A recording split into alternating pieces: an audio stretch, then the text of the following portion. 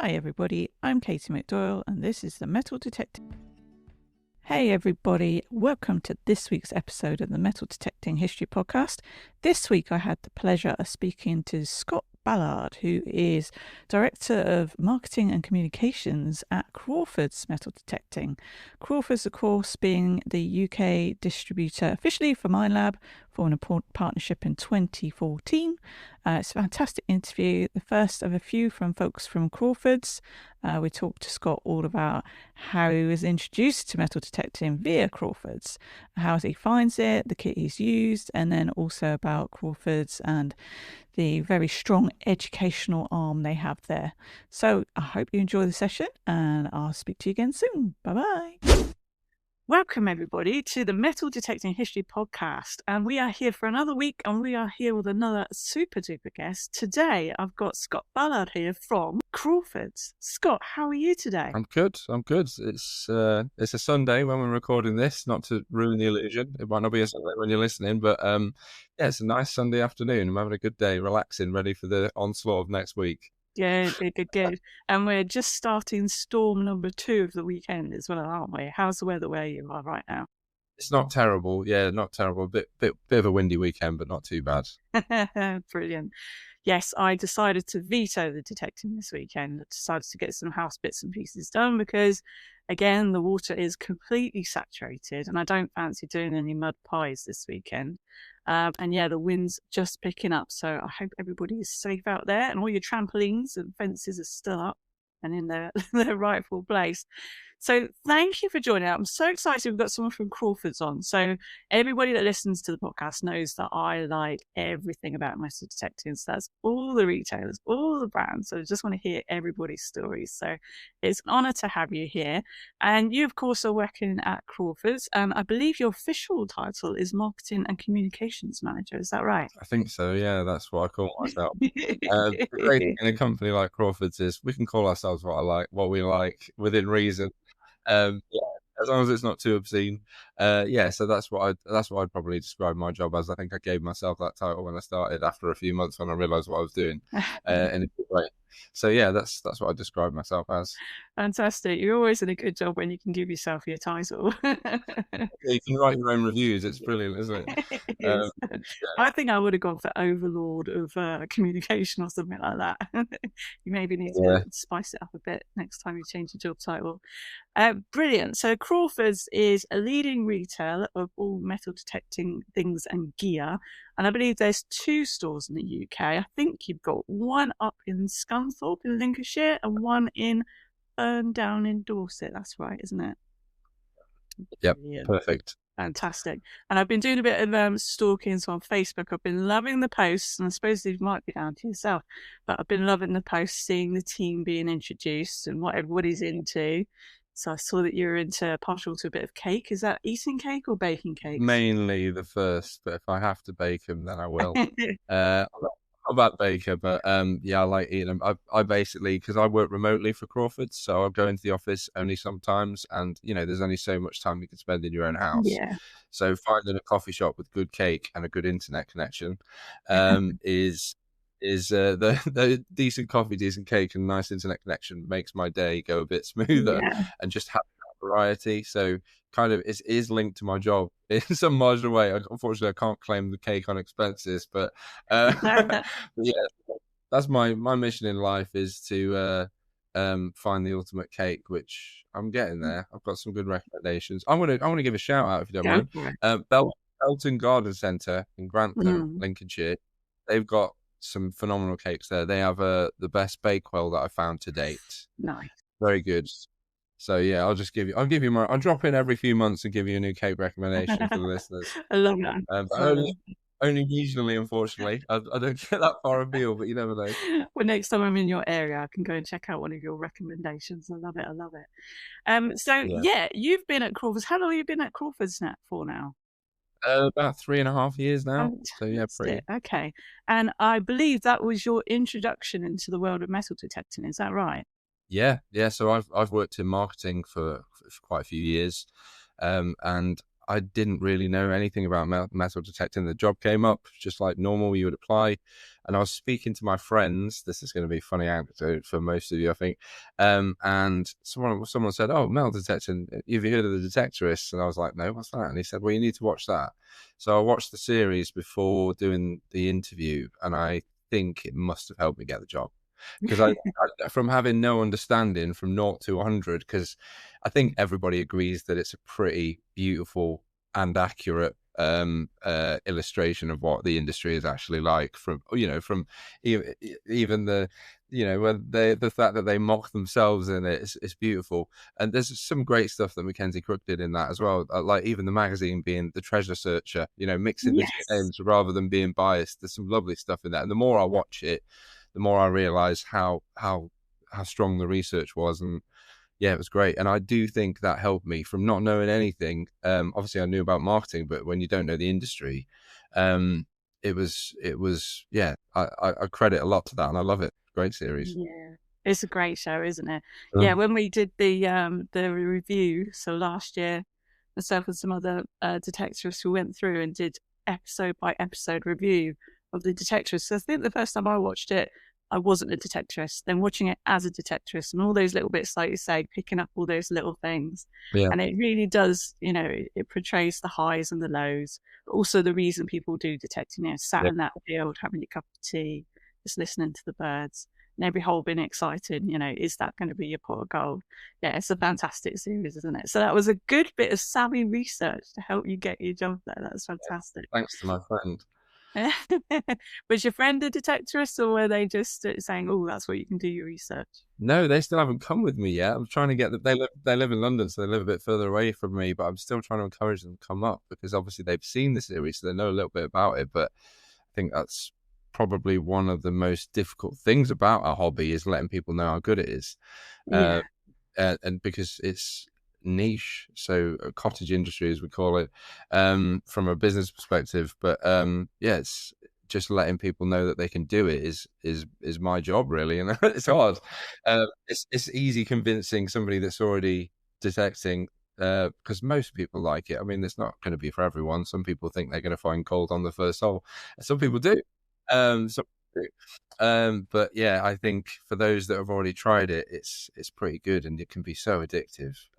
Yeah, we're writing a lot of blogs now, for Crawfords, on how addictive it is and why it's addictive, and also comparing it to other hobbies like fishing, for example. Hmm. When you cast your line, you don't know what you're going to get, and it's just like digging a hole, isn't it?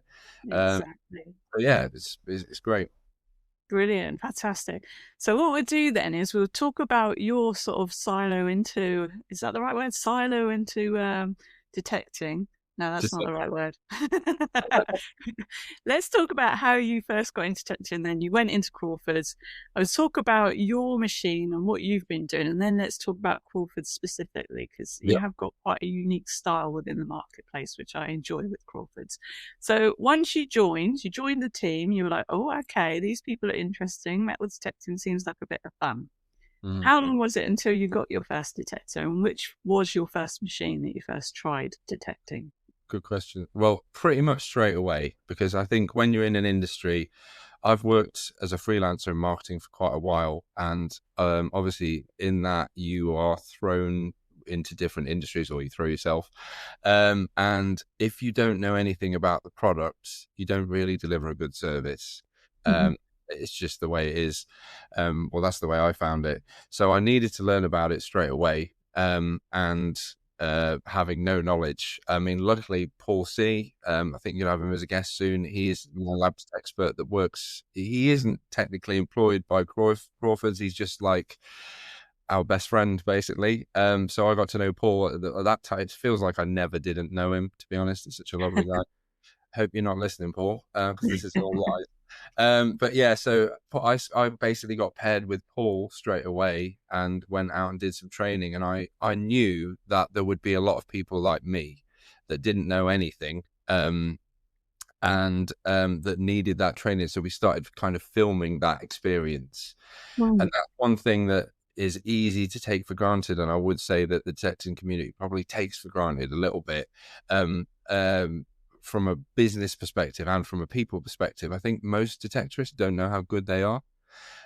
they don't realize how experienced they are. Like, I've been doing this for 3.5 years now, which is not a massive amount of time, but still, it's long enough to be in an industry. And I still just can't believe that when I walk around and I'm on sites, and then someone's pulled out something and I've got no idea what it is, and everybody's like, "Oh yes, Richard III because of this," and like, "Ah, I just remember that." That's the thing I love about detecting most, is I'm so impressed by people's historical knowledge. I It's phenomenal. It's so phenomenal, so interesting. And when there's two people having a debate about what something is, oh, it could be that, or it could be this. Oh, I don't know. Sorry, I'm delving off a little bit, but that that was for me an essential thing that I needed to be trained, and I basically spent time with Paul, and we went for the Vanquish because obviously Paul's a mine lab tech expert, so he's going to recommend a mine lab machine, and I needed something that was easy. Uh, so and it was easy. I had a 540. I had the 540 Pro Pack. Obviously, I was lucky enough that I didn't have to buy it, so it was nice to have that. And I did like a little unboxing and learn how to connect. I wanted to do some stuff myself, so I learned how to build it, which is fairly straightforward.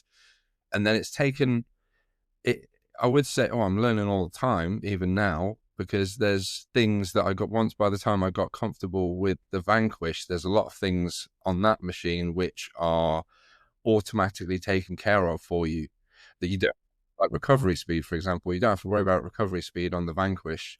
But then, so it was a while before I had to worry about a lot of those things. It was just putting the mode on and learning about discrimination and sensitivity, and then digging stuff basically. And I still remember, this is a funny anecdote. So I was at Detectable in 20, would it be 20, I think it'd be 22 or 21.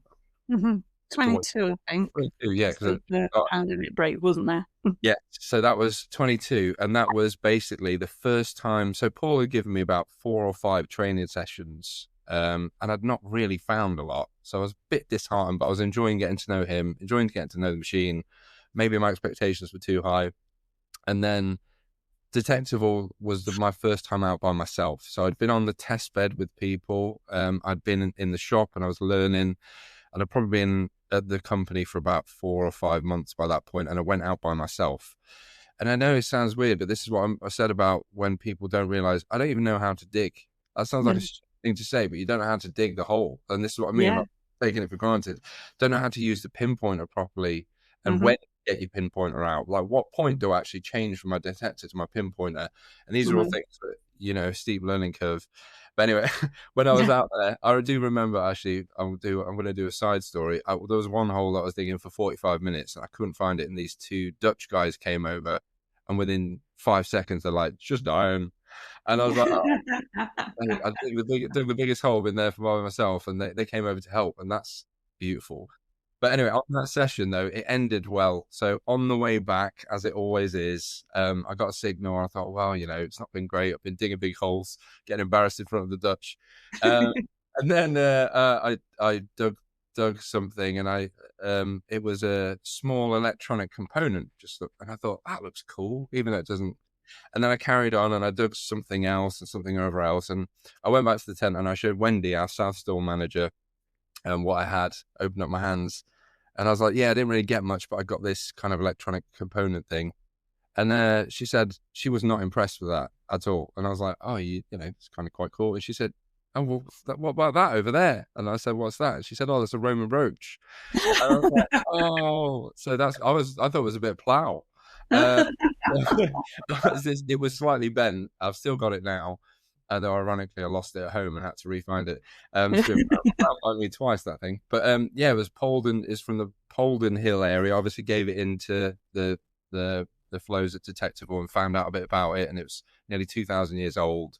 And that was keep me buzzing. My first time had been difficult, but I'd not only gone out and done it, I'd gone out and received help and managed to find stuff. And it was a big lesson as well. Like, you don't know what you've even found.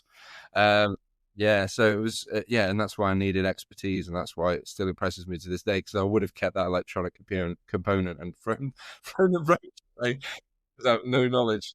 So 540 was the machine for me. That's what I was used for a good year and a half, and I think it's great for a beginner. But it's got a shelf life. If you're really into detecting, it's probably not enough for when you're accomplished and you just need a bit more. But it depends, I suppose. Depends. Yeah, it's like when you start driving, isn't it? You don't want to start off with a Porsche or a Lamborghini because you're going to get in trouble, right? Yeah. Got to start off with something sensible, and then the skills, as you say. I love that anecdote because that is pretty much it, isn't it? You had your sort of that was your baptism of fire, all those things, deep iron, and then obviously thinking one thing was great and another thing Yeah. absolute trash when it's the other way around. It's amazing, and you're right.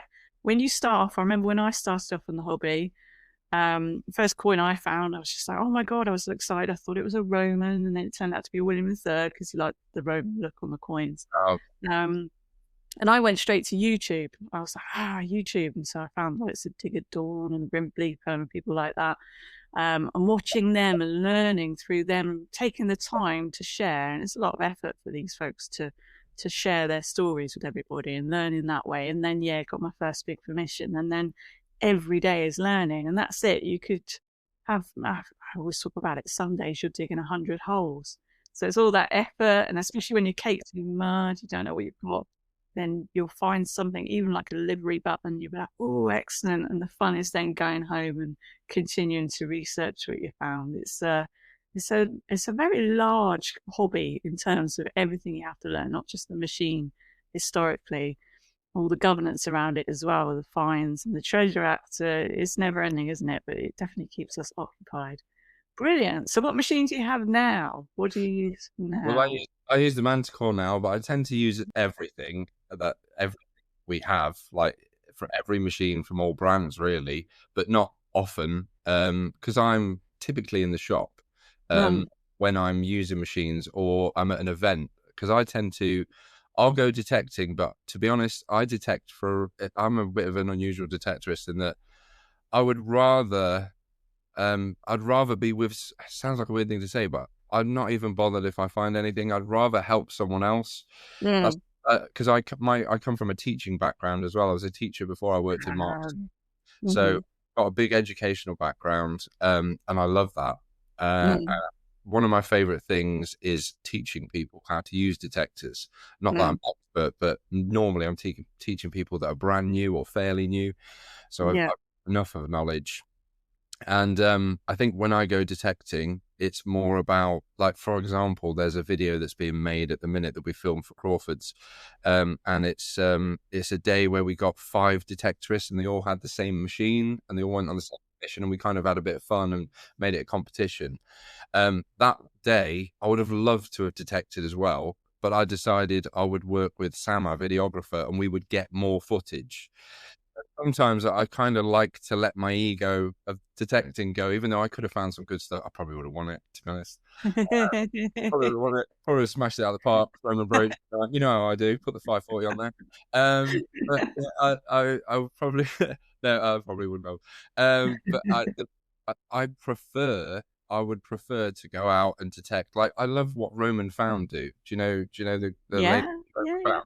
I love yeah. that they detect as a duo. So Mm. I love that one of them's digging and one of them's detecting, and that to me is really beautiful because it's a team thing. So I'm really into that. And even if I'm not out detecting by myself, I'd almost rather be with someone else. I don't get around half as much. I'm not really for the fines or any of that. So for me, I'll use whatever's around, but most of the time the times that I detect most are when I'm training people. Like, we're working with the scouts at the minute, got some projects with the scouts. Amazing. And then obviously I work with Paul a lot on the Mine Lab test beds at events like Detectival and Rodney Cook, and all the time for big events that are going out through the UK. I'll be on there all day, every day, and we won't actually really get to go out detecting. Mm. I'll only get to find the things that I buried myself on the test bed. I'm guaranteed to find gold with every detectable. That's the best thing about that. So, Wonderful. yeah. So I don't. Yeah, I don't. It's very rare that I get to go out and detect for me, but that's Mm. my preference. That I just prefer going out with other people. Yeah. No, that makes a lot of sense. You're saying you're from an educational background as well for what you do for Crawfords. That makes a lot of sense. And yeah, I think a lot of detectorists will say the same. There's nothing like being with someone when they find their thirst of something, or when they find something amazing, and that joy that sort of goes out throughout the community when you know that person's found something big or something meaningful to them. And then you get the joy as well of someone like a beginner that might not actually know what they're up to, or might be struggling and considering whether it's a hobby for them, and then you help them improve. So that's amazing. Fantastic. We have just on that note that's quite interesting. We had something come in, so we have a WhatsApp link to the Crawfords website, Yeah. and when people can message us on that, or they can message on Facebook or email or all the normal stuff, but the WhatsApp's quite good because it comes straight through to me, and I get people asking quite all types of questions from expert to beginner level, and I can escalate them if I don't understand. But I had one the other day, it was a couple of weeks ago, it was a nice guy. He was really excited about getting into detecting. And he said, he was thanking me so much because he was so excited, which I love it when the people are really excited. And he said, oh, I'm going to share whatever I get with you. And I just said to him, look, mate, that's really lovely, but you don't need to do that. I'll just be happy if you find something. Yeah. He was really lovely that he was doing that. I mean, if he'd have found a hoard of gold, he might change his mind. Greed might have kicked in, but I loved it that he was offering. I was just kind of saying to him, yeah, you don't need to do that. I'd rather he was just happy and I did my job well. But yeah. Oh, fantastic. Good stuff. So, yeah, you get the joy of trying all the detectors as well. And of course, Crawfords, you've got your main partner being Mine Lab, like you say, and you've got your experts there as well. But you do sell the whole range of all detectors, don't you? If people go to your stores or online. Okay, so let's talk about Crawfords again. What do you think makes Crawford unique in the metal detecting marketplace? Just me. Yeah, I single-handedly brought that company up. It's got nothing to do with Craig. 25 years before I joined. I think, I don't. This is a weird thing to say, but I think there's things that make it unique, and there's things that I would expect that are completely standard. Like I think when you think of all the major big metal detecting dealers like LP, Regton, Spinner Disc, they've all got great things. They've all got great infrastructure, great products. We know them all personally. They're all good companies to shop with. So I'm not going to come here and say we're better in a lot of ways. We run our ship in different ways behind the scenes, but obviously I can't even say it's different because I don't know enough about it. But for me, it's very family orientated, like Crawfords, which I like. I don't like him. I mean, as I mentioned, I'm not from the detecting industry. I haven't been in it for that long, but I like small family companies. At the point in my career now, I'm in my 40s, and I could be working in a big corporation doing marketing, and I'm capable of that. Are you doing that? Yeah, it's good. It's a nice job, but I like small companies, so I just prefer it. I prefer to know the boss and to be working with them. And also for me, as I work remotely, I have my children half the time, so I need flexibility. Craig's always been a great boss for that. So for me personally, the personal relationships, like anybody, I'm going to give a shout out to some people from Crawfords if it's all right. So shout out to Wendy and Gabby. If you've ever been to our South store, you probably met them. Two of the loveliest people you meet in metal detecting. They run that shop amazing. And then shout out to some of the people in our North store, like Joe, who's been with Crawfords for over 10 years now. And Joe, anybody that knows Joe's got his own way. Dealing with it might not be a PG way, but it's a great way. He's awesome. He's a salt of the earth guy, and he knows his stuff. Any detector you give him, he's one of the quickest people to learn a detector I've ever known. He's brilliant. Wow. And then we've got Craig, obviously the man running the ship that knows what he's doing, or we wouldn't be here. Then there's a lot of it is family based, as I mentioned, because Craig's soon-to-be daughter-in-law works with us, and she's our finance operator. And then Joe is kind of like sort of almost related to Craig in a way. And then we've got some great people behind the scenes. So for me, it's the team. If I had to pick one thing, it'd be the team. They're just great people. Working with them, and for me, I wouldn't work there if I didn't like them.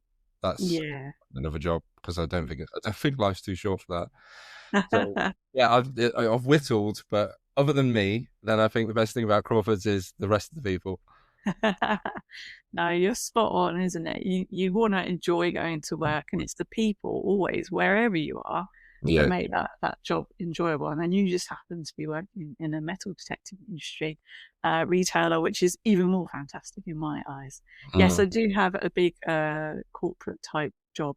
And again, it's all about the people. If you can't have fun, whatever you're doing, what's the point, right? What is the point?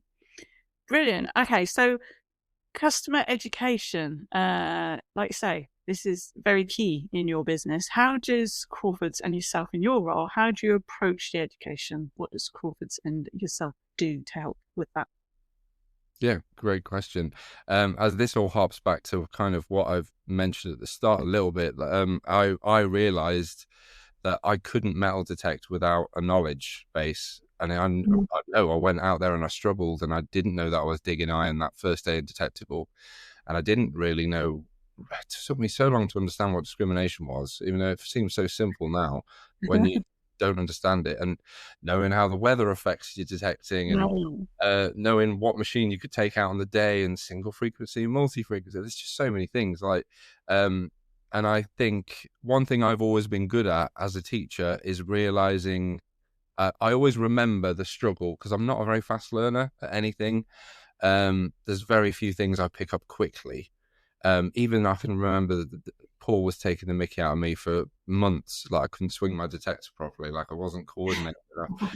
I mean, I've never seen anyone do it before apart from on the TV. The Um, old banana swing when yeah, you're, yeah, yeah. I, yeah, and just not very good. And so I think I've always got a real respect for how hard the learning curve is because I've seen people struggle and I've struggled myself. So our approach to technology, which is what fundamentally what we want the best technology, is that we have to empower people how to use it. And one thing is then they need it broken down step by step. So a lot of this content we've got on Crawford's YouTube channel at the minute is phenomenal. And I'm not just saying of course I'm going to say that I helped build it, but I think it's perfect. I think so. What we did is it was our idea, and we approached Mindlab and we said, right, we want to do a series where we get your experts and we describe how to use a metal detector. We want to break it down because I realized I didn't know, because we Yeah. started that series. It took us a long time to film that, over 2 years. Because we had to live link with Australia to get their head people, and doing that, Wow. it was tough, and getting it all kind of, the graphics that were done on that as well were done by Sam, who works for Crawfords, who is brilliant. So getting that education piece and helping people understand how a metal detector works meant that they had a better understanding of why they would need certain things, like why they might need a double D coil or a concentric, or why they want a larger coil or a smaller coil, and it eventually helps sales because it helps the customer experience. So education was really big around making sure that people have a great time. And the way they have a great time is they find stuff and they think their detector is good and they think they've made a good decision, whether they buy Nocta, XP, Mindlab, C-Scope, whatever. We want them to think that they've made a good decision and enjoy it, because there's nothing worse than get a detector. I've heard this story so many times. Somebody gets a detector and they go out they're probably, let's say they bought the detector off Amazon and they spent 80 quid on it. Yeah. And then they go out and then they don't enjoy the hobby because they bought a terrible piece of technology and they don't know how to use it. And at least if only one of those, if they had a great piece of technology, they didn't know how to use it, they might still enjoy it. And if the other way around, if they're brilliant and they've got a terrible detector, that can still work. But if you've got both, it's Yeah, not. exactly. So the education piece is really important to us because we want people to enjoy the detectors and to get the best out of them. The last thing we want is a detector coming back to the shop and someone says, this is crap. And it's like, oh no, it's because you're running it on maximum sensitivity and you've got the coils flapping round and you're getting, eddy currents induced. So that was really important. And off the back of that Mindlab Expert series, that's when we realized we wanted, the Manticore was a special machine, and that's why we designed the Manticore Expert series. That, with that being such a customizable machine, we needed more education around that. Yeah. Make sure that people could unlock the features, but also not be intimidated by it, because it's quite an easy machine. I think a lot of people don't think that, but I personally think it's easier than Equinox, Legend. I think it's easier than all of them, but it's got that customization that you can delve into the rabbit hole if you want. But yeah, education, to summarize, is about improving the user experience, basically. Yeah. Yeah, you're spot on, because I'm a XP girl, and it was because of the ease of getting their educational videos with Gary and the team. Yeah, Gary's great That sort of content. gave me. He's brilliant, isn't he? Yeah, And the way he explains as well, just in terms of pinpointing with the coil, he explains. And so that's what really made me go with the RRX. It was between the Garrett Apex and the RRX, but the Apex was late coming out. And so I just put all my energy into learning about the RX. And that's why I went down that way. Yeah, super light. fantastic. Super light. It's good. Yeah, Yeah, I love it. I love it. That's the exact reason I went for it, because it was super light. Yeah. Haven't got big Popeye arms yet, but one day I'll have one big bicep. Brilliant. So yeah, that is key. And do you find that means that you get repeat custom then, because of the service you provide? People come back for more and more. yeah. It's really good. As I said, one of the best things we have is the WhatsApp chat, and that Mm, that comes directly to my phone. And here's a little story that's nice. So at which event was it? It was the Digging History UK event last year, the Festival of History, I think it was called. mm. So on there last year, the Elite was fairly new. The Xterra Elite was fairly new, and I met a lady on there, and Paul and I were giving her some training. It was all cool. I still remember she had a cake. That's how my love of cake is. I can't You and remember your what the cakes, lady's Paul. face looked like. I remember she had a cake and she put it down. Anyway, Yeah. it's not even relevant to the story, but I just thought I'd let you know that I remembered that she had a cake. What was this cake? Anyway, so we gave this lady some training and she was happy. She went off. And then what happened is, on the WhatsApp chat a week later, there was a lady, I hope she won't mind me mentioning her name and her full address. No, not really. Her name was Alice. Her name was Alison, and sorry, I can't have a crack joke sometimes. I love Her name was Alison, and she, because that lady had a good experience, she recommended to a friend, and Alison then bought an Xterra Elite. And Wow. I've been helping Alison over the last, well, when was that? Maybe September last year. So you're at 4 months, 5 months. And she's getting more confident. She's upgraded coil and trying a different coil on the Elite. And then she messaged me this week and she said, I've got a hoard of coins. And I was Ah, like, what? And she said, I'll tell you how many there is now at the minute, because it's like one of the last messages on my chat. If I can find her. Can I find her? I can't find where she is now. Yeah, I went off the cuff, but it's over 100 coins. But don't wow. get too excited. They were covered in soil, obviously. So that's where they come from. Yeah. They were covered, and they said they weren't cleaned up. And I was getting really excited. I was like, "Oh my god, you found it! This is on your own permission." But they are a mixture of quite modern coins. But Ah. there are a lot. I think she's at 207 now, and they're a mixture of um shillings and 2 shillings, Oh. and like there's even some 10p's in there, so we can't work out why there's so many in that concentration. They're not that old, they're not over the 300 years, but nevertheless she got the excitement, and she's Yeah. there now. Yeah. Because it's been over the last few days, it's been an amazing thing, and that journey of us having a nice interaction with somebody that then Mm, recommended to another person that bought a detector that then we've trained, and then yeah. has gained her own permission because that wasn't there, and then now is out there finding stuff, feeling great about it. That's Oh. that's amazing. That's Yeah. so rewarding for you and the team as well, to see that in a person. Brilliant. That is a weird one, isn't it? I wonder if it was like siblings and one of the siblings went and hid the other one's pocket money or something Yeah. in the Right. hole somewhere. Hey, Yeah. a hoard's a hoard. I'd be happy with that. Well done to that lady. Oh, now all those signals must be great. I've just interviewed actually Adam, who found the Chew Valley hoard. Ooh. And we've just done an interview with him, and he was talking about how when he pulled out those 2,000 coins, the group of them, Mm. he said it was like, you were annoyed when you weren't getting a coin. He said, "Oh, it's just a button." That's that's not a normal coin. I'm not having that. Yeah, it's really funny, and I think having that experience, even if it's with modern coins, must be so nice to get that repeat signals like Mm. bang, bang, constant. And that's Yeah. what I hear actually, because I've only really detected in the UK. I would love to detect in other places, because I've spoken to people in Ireland who talk about the concentration of signals there, and then obviously America with the kind of pop Hmm. kind of coin shooting. It would be great to try some different places. Yeah. That's what I would like to do in the future. For sure. Well, shout out for Scott then. We've got listeners in 58 countries right now. A high concentration of listeners in Belgium, Germany, Ireland, as you say, America, Australia, Singapore as well. A lot of listeners in Singapore. So anybody wants to invite Scott somewhere? Let me know and I'll let Scott know. I'll bring Brilliant. Okay. I'll bring a cake. Yes, be sure of cake. Some nice British cake as well. Okay, so what advice would you give to someone just starting out metal detecting? What's your one piece of advice, apart from going to speak to you in the corporate scene?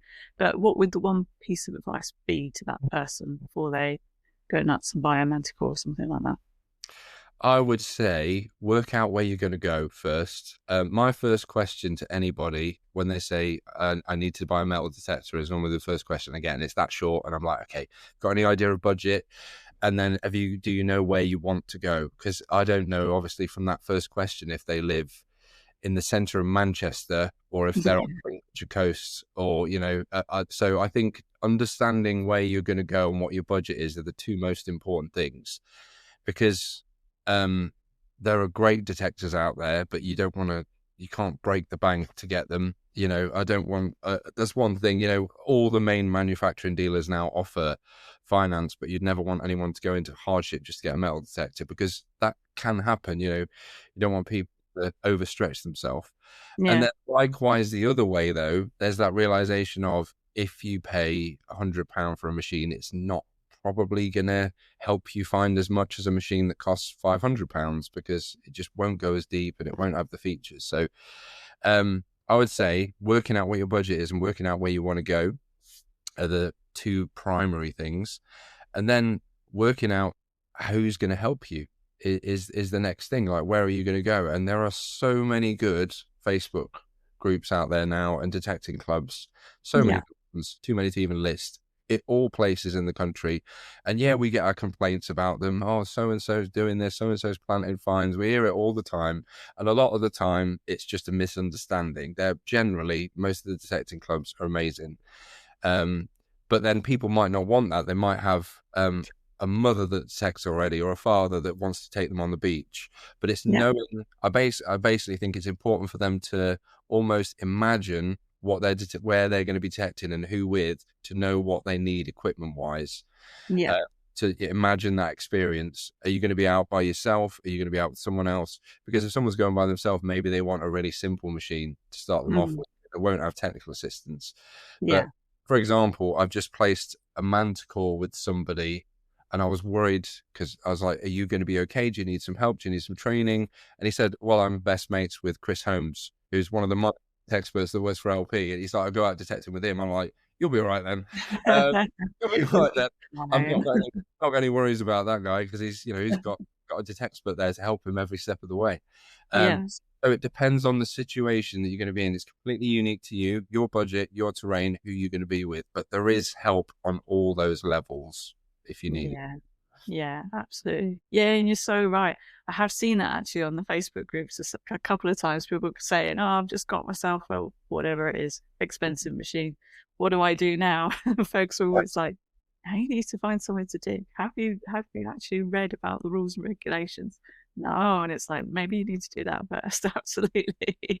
Have you garden a lot? Yeah, Yeah. yeah. I did actually read a story, and a guy had got a detector and you'd just gone to his local park because he thought you would just be able to do that because No. it's like a public green space or something. And it's like, no, no. Some towns you can get permits to dig in certain places, certain parks, but yeah, never presume. Never Right. presume. You might have read, like, I could be misinformation as well, because you could read like American information and think it's Yeah.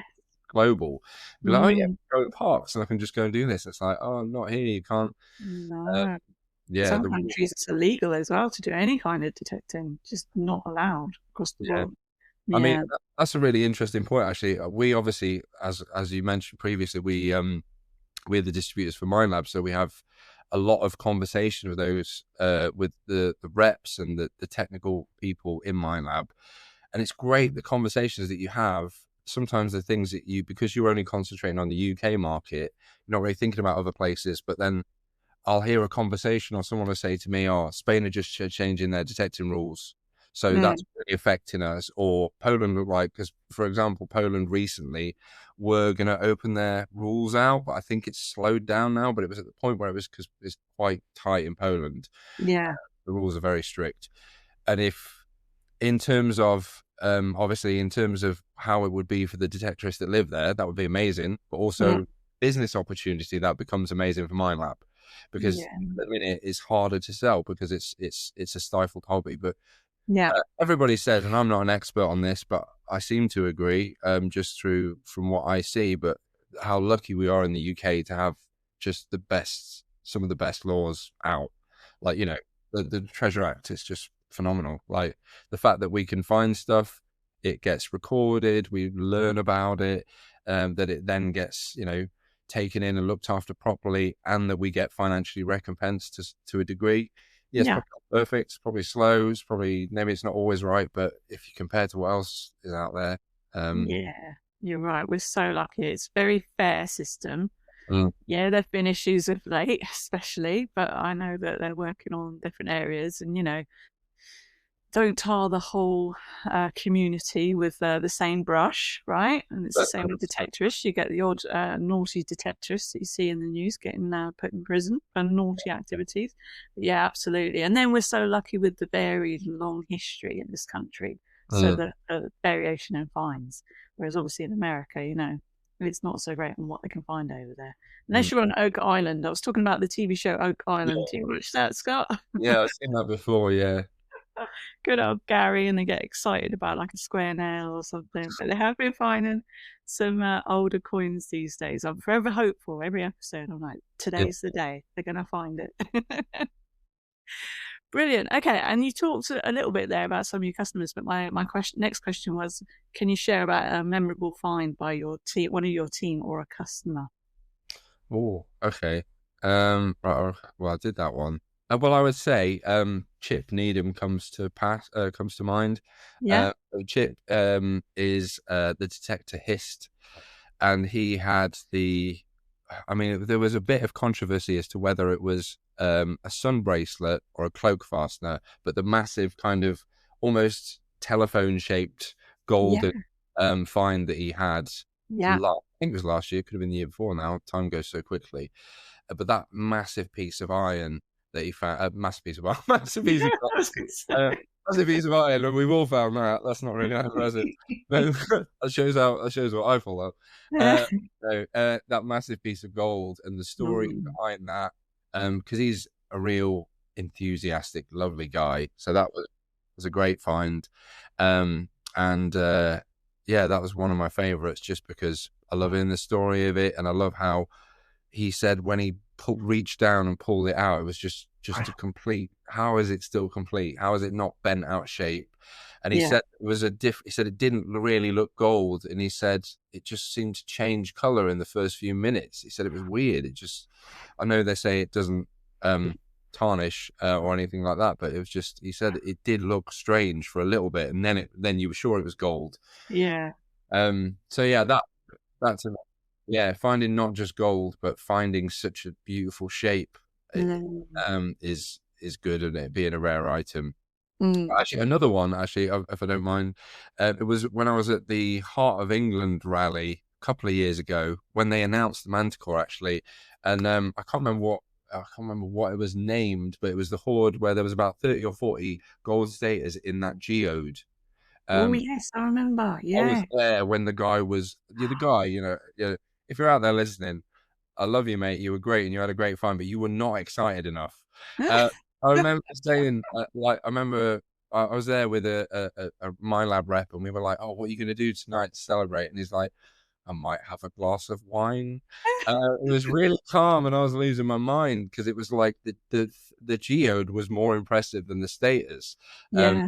status were beautiful, and there was about 30 or 40 of them, and they were gorgeous. But to see it in that thing, It's so just unique. just amazing, right? And yeah, I'd have retired on that day. I think, like, retired from detecting, completed it, mate. Yeah, It yeah. was, it Whole was dance and a half, wouldn't there? Wow, you get the whole field joining in, doing a conga. that was great. That event as well. That was the first 15 minutes. It was so Wow. early. Yeah, it was just like bang. Like, yeah, it was like, this is going to be a good event. Yeah, Uh, everyone was buzzed for the rest of it for sure. Oh, fantastic. Well, I've got a couple of questions, listener questions for you, Scott. I oh, did a little bit of a shout out on Instagram. So the first one is actually Ronan, who was on last week. So Ronan says, "What's your favourite personal detecting find?" oh, it would be that brooch. Is Yeah, it the first one? wouldn't be the electronic component that I found. It would be the brooch, just because it was a lesson to me. Yeah. And it, yeah, it probably is the most credible thing I found anyway, because I tend to just find coins, but not. Mm. I still haven't found a hammered coin, so I would like to find a hammered coin. Uh, Yeah. but yeah, the brooch for me was special because I mean, I prefer relics to coins anyway, because it's a bit more. I find there's a certain romance in something being worn, or Mm. a coin is possessed, but not in the same way. Is a possession, it's not possessed, or it could be. Who knows? Could Depends on be. Yeah. your perspective. But yeah, for me, it would be that. I love. Yeah. Yeah, the brooch is awesome. Yeah. Fantastic. Excellent. And our second question, Sam, aka the Sussex Searcher. He asks you, what does UK metal detecting look like in 2050? What do you think is going to be going on then? Yeah. Detecting the future. Where do you see it going? My back will be aching a bit more. Yeah, I think. Right, where will it be going? Right, here's my perception of where machines are going. So I think, in terms of, there's a lot of stuff that came out about when machines get more powerful, for example. Mm. Obviously my job is marketing, and dealing with how companies put out their marketing to us and how it's received, because we put out the stuff that's given to us from XP, Nocta, MyLab on social media, and then we get a reaction to it. And Mhm. everybody wants to think that they're reaching the ultimate depth, and everybody wants to feel like their machine is giving them the best that it could possibly do. And but so far, really, machines haven't come that far. If you think of the last 10 to maybe even 15 years, like, Mm. MyLab never claimed, for example, that the Manticore was any deeper than the CTX. So the Mm. CTX and the Manticore are still about the same depth. So we're not getting deeper at the moment. And I'm not aware of anything that's going to come and revolutionize. And we can't put more, because there's that legal thing about how much power can be in a detector.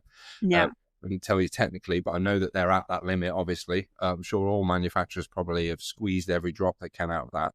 for But sure. let's say that depth isn't the key anymore. What I've noticed, if you look at the machines that have come out in the last few years, is everybody's trying to make the detecting experience as good as it could be. Mm. Like, if you think about the Manticore and all detectors now, like if you think about Deus 2 as well, carbon fiber. Manticore's carbon fiber now, whereas a few years ago you had to upgrade your machine to do that. And Yeah, manufacturers have looked and thought, right, we need to make it lighter. yeah, And then you look at the speed of a Manticore compared to an Equinox, it's way quicker.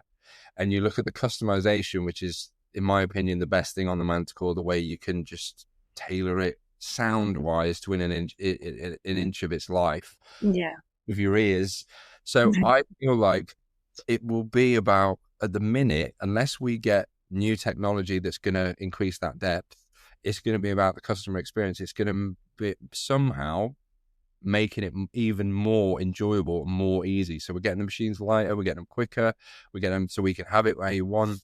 I think eventually, maybe it will almost be automatically attuning to everything. Like, if you imagine Mm. AI in a detector where it's Yeah, analyzing the ground, and yeah, it's optimizing for, because obviously everything, from a marketing perspective, everything is about optimization. That's what your algorithm is. It's yeah. optimizing the world for you. And I think your detecting experience will eventually become like that, where it knows what you like. It knows that you like to find coins on a shallow depth, so it will optimize bearing on the soil conditions, blah blah blah. Unless we can get past this depth barrier.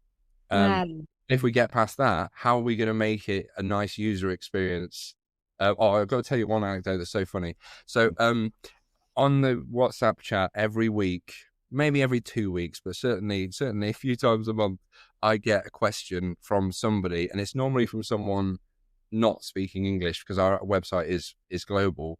Yeah. Uh, Obviously, they're after gold because we don't have natural gold in this country, so it'll be someone from abroad wanted to get it, and they want a detector that goes 4 meters, Oof. 4 or 10 meters Yeah. sometimes. It's like, what detector goes 10 meters? And I have to try and have this conversation with them. That's ludicrous. What are Yeah. you going to do if you find a signal at 10 meters? And Yeah. you Where's go, your JCB? um, I wouldn't want to dig iron at 10 meters, I'll tell you that. So I think that would be the next problem if we do get detectors that go really deep, that coin a Mm. treasure, that can discriminate to that depth, because obviously pulse induction will go deeper than that anyway. But if we get coin a treasure detectors that go super deep, how are we going to make the user experience enjoyable for people to dig those holes? Mm. Maybe Elon Musk will bring us out a robot, a digging partner, and it'll be like home and found will have to split into two groups because they'll have a robot each. I Uh, love that. Yeah. Get yeah, yourself a little detecting robot buddy. I mean, maybe that'll be the way. You won't have to dig. Mm. That might be the way. But that's a great question. To me, it would be customization, making it even easier for you somehow. Mm. Not good No, enough. you're right. I mean, at the minute you're seeing the screens and color screens and screens getting bigger, but it's everything in one about it making a more enjoyable user experience, as you say. And I was talking about AI last week, and I like to learn about different things. And at the moment, I'm on a quest to learn about all things AI. Mm-hmm. So I was talking about, you get Google Glass and you get the Ray-Ban smart glasses. Like, I want some detecting smart glasses that will Yeah, show me old maps in my view so I can follow like an ancient footpath rather than having to keep looking on my GPS. Want that'd be that? cool. Please, trademark, by the way, take 20%. Um, and there was another one in it. We were talking about the GPS trackers, and there's Go Terrain, and there's some built-in trackers, obviously, on the MineApp stuff as well. But then also you've got to think about what is it that prevents people from continuing in the hobby. So you're spot on in terms of digging. So for me, I've had a recent back injury. So I've invested a while ago in a better, lighter spade Mm. and serrated edge. And so it's always thinking, isn't it? What's preventing the repeat custom or people going and continuing in metal detecting. So yeah, that's all very exciting. I really do love your thought about a detecting robot buddy that can dig those holes for me, and then I can just get down with my pinpointer and find it. Yeah. I wonder if it would have, even though you would take the work out, the labor out of it, what point? Like, imagine if you saw the clod, maybe the clod turns over and you see the hammered on edge, Yeah. and you'd be like, right, no, you stop now, stop, robot, because you'd want that last bit for yourself. I'll get down now. What if he started pulling it out and holding it up like he'd found it? You'd be like, Yeah. that's right. Have to have arguments. Like, this is the problem. AI might be too good. He might claim over. Right, no, take us down. Exactly, yeah. Or claim some bitcoins off of my fines. Wouldn't be good, would it? You'd have to program, like you can program your Tesla car to do like a bit of a dance with some music. So you'd have to Yeah, program your robot to do a gold dance for you when you found your yeah. gold. That'd be good. It'd be better than me dancing, that's for Fantastic. Right, last couple of questions then, Scott. sure. I've kept you long enough. So when you're on the way to an event or your own personal digging day, what tunes do you put on the radio? What is your genre of choice to sort of get you excited about the day? I'm going to be boring and just say that I listen to podcasts. Uh, Ah, so I listen to audiobooks or yeah, podcasts.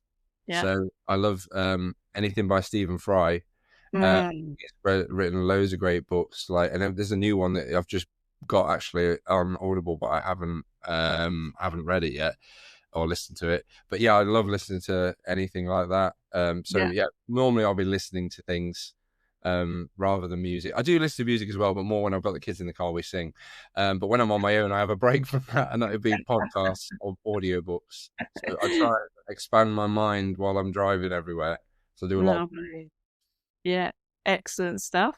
And I might already know the answer to this, but what's your favorite digging snack? oh, really boring, but protein bar. I love. Ah, I've got this thing about eating enough protein. I just yeah. like I hop onto it about my friends. Are you eating enough protein? Mm, I want everyone to be healthy. So I'm just like, it doesn't have to be a protein bar, but it has to have some protein in it. Even if you've got a Yeah. scotch egg in your pocket, I'll be happy. Or a pork pie. Yeah, something that's got some protein in it, and then a drink, because Yeah. I eat, as you can imagine, I just talk about cake all day. So I have a lot of snacks. My finds bag is full when I leave, and it comes Yeah. back emptier because I've eaten all the food, and I might have a few finds, but not as many. Not in comparable to the weight that I walked out with. Yeah, so, Amazing, amazing. yeah, I'm probably not the best detectorist, to be honest, but at least I go out there. No, I love that. No, I'm a recent convert as well. I'm on the protein bars. Gone are the days of the Haribo hammer protein bar. It is so important, especially as you get older, isn't it? It's good for the muscles and the tendons and all that jazz. Yeah. Brilliant. So over to you then, Scott. Have you got anything else you'd like to share with us or any shout outs? I'll just shout out to everybody. I shout out to everybody at Crawfords, all of our team CMD, all of our influencers. There's loads of you guys out there. A shout out to everyone that metal detects, really. Like, if you're out there doing it, then oh yeah, one thing I think is important. If you're out there metal detecting, you're an optimist, right? I want to say this. I want you to know that you're an optimist, because a lot of people will be like, I'm not an optimist. I never find anything. You're an optimist, or you wouldn't be out there. So yeah, shout out to anybody that goes out metal detecting, because you're out there trying, and it might not happen today, might not happen tomorrow, but just keep going. Adam actually said something good in the True Valley Horde interview recently. He said if you dig a million holes, you get the one in a million. And that's a great way of thinking about it. I don't know if it was his phrase or if he's coined it for someone else, but I love that. And I love the effort in metal detecting. And I think they reap the rewards. So yeah, well done. Anybody that's out there doing it, just keep going. You'll find something cool. Fantastic. Love that. Yeah, reckless optimist. That's what I am, and that's what all metal detectors are. You bang on there, Scott. Love that. Well, Scott, thank you so much for coming on and taking the time to chat to me today. I know the listeners are going to love hearing all about Crawfords and yourself, and look forward to getting on Paul soon, as you say, Yeah. and some other Crawfords folks. So thank you very much, and we'll speak to you again soon. Cool. Thanks, Kate. Right. Bye-bye. Take care.